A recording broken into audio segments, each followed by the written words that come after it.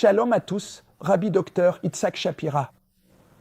Je voulais aborder publiquement certains des commentaires très difficiles que j'ai vus sur notre chaîne depuis que je vous ai diffusé une série de vidéos prophétiques. Mais cela concerne surtout les 2 dernières vidéos où nous avons parlé de l'Adir, de Purim et de la prochaine fête de Pessah. L'une des choses qui m'a le plus troublé et que je dois aborder publiquement, c'est la nature du ton antisémite utilisé par certains chrétiens, et je ne veux pas mettre tous les chrétiens dans le même sac.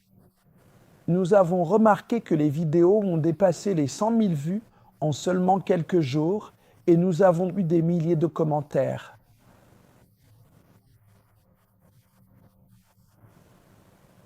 Mais parmi ces commentaires, il y en a qui proviennent de chrétiens qui, d'une certaine manière, pensent en savoir plus que le peuple juif parce que le peuple juif a rejeté Jésus. Eh bien, tout d'abord, commençons par dire que son nom n'est pas Jésus-Christ. En hébreu, son nom est Yeshua ben Yosef. C'est quelque chose d'absolument important. Les noms sont importants.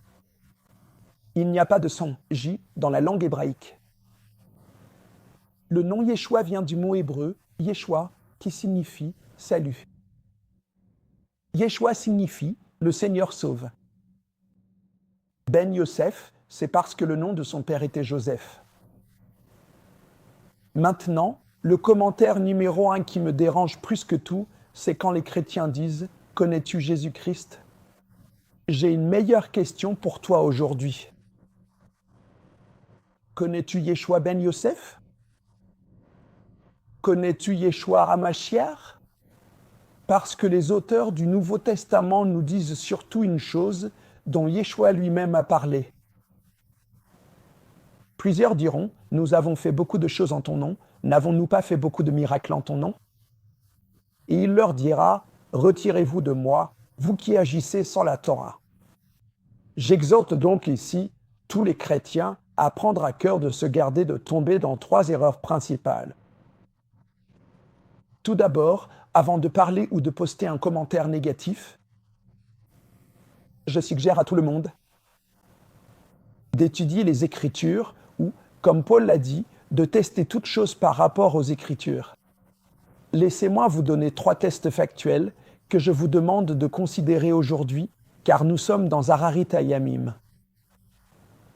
Et je vous ai expliqué que ces choses n'arrivent pas brusquement. Il y a des moments comme ceci et comme cela, parfois les choses s'améliorent. Parfois elles empirent, cela varie. Mais nous sommes dans ces jours de la fin. Que quelque chose se produise ou non d'ici Pessah pendant cette guerre, l'avenir le dira. Mais souvenez-vous de ceci. Principe numéro 1, l'accomplissement de toute prophétie dépend du comportement humain. Par exemple, pensez à Jonas. Jonas est envoyé pour prophétiser à Ninive. Il leur dit que dans 40 jours, la ville sera détruite, mais 40 jours plus tard, la ville n'est pas détruite. Pourquoi la ville n'a-t-elle pas été détruite? Elle n'a pas été détruite parce que le peuple a fait teshuva, il s'est repenti. Donc tout cela dépend de la teshuva. C'est la même chose avec les enfants d'Israël. Dieu dit à Abraham que ses descendants seraient en exil pendant 400 ans. Mais ils n'y restèrent que 200 ans. Pourquoi? Parce qu'ils ont invoqué Dieu. Tout le monde doit comprendre cela. Rien n'est immuable. La prophétie peut changer. La prophétie a une finalité. Et les prophéties sur Gog et Magog, Ézéchiel 38, ou même, si vous êtes chrétien, sur le livre de l'Apocalypse, où tout n'est que catastrophe et malheur. Nous ne devons pas les aborder en disant que cela doit forcément arriver. Rappelez-vous, quel est le rôle du prophète?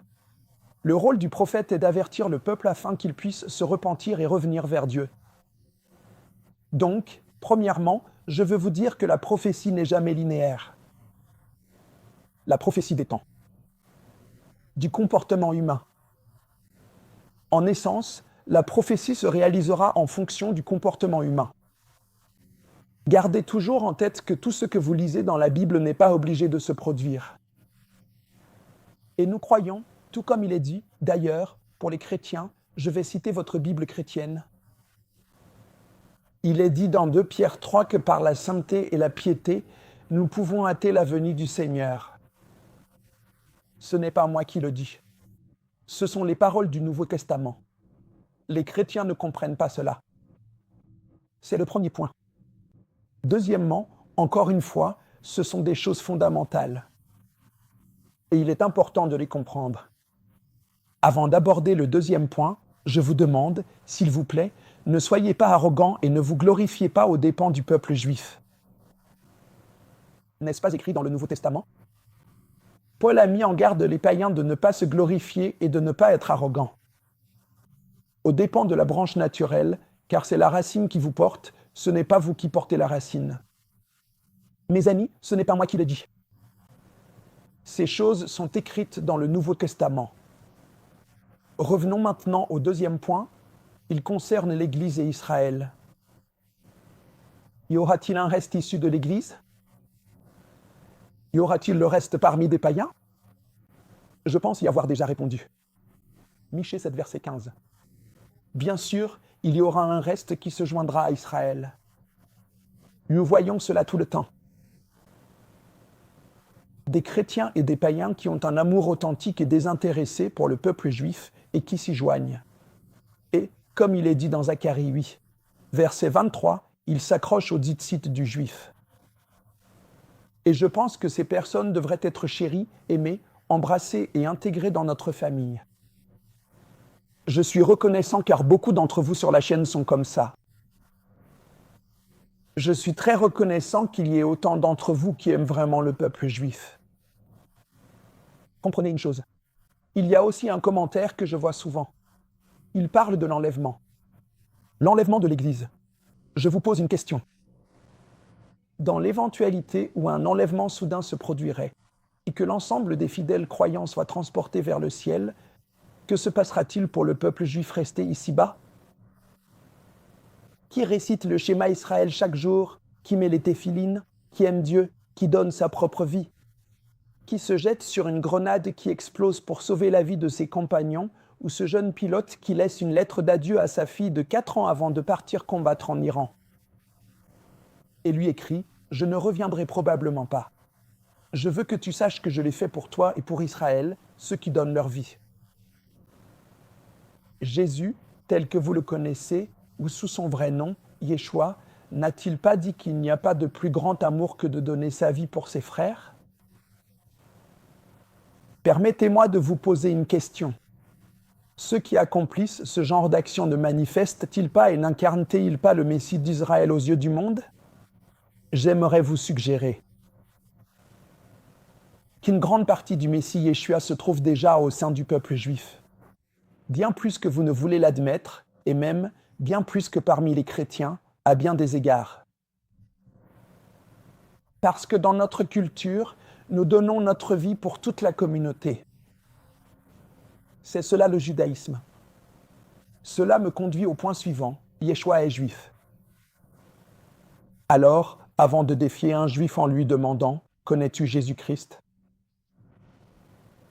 J'ai une question pour vous, chrétiens. Connaissez-vous Yeshua, le Yeshua juif ? Ou bien lisez-vous une Bible corrompue et écoutez-vous des enseignements corrompus qui arrachent les racines du judaïsme et de la Torah ? S'il vous plaît, avant de demander à une personne juive si elle connaît Jésus-Christ, je vous pose une question. Connaissez-vous Yeshua ?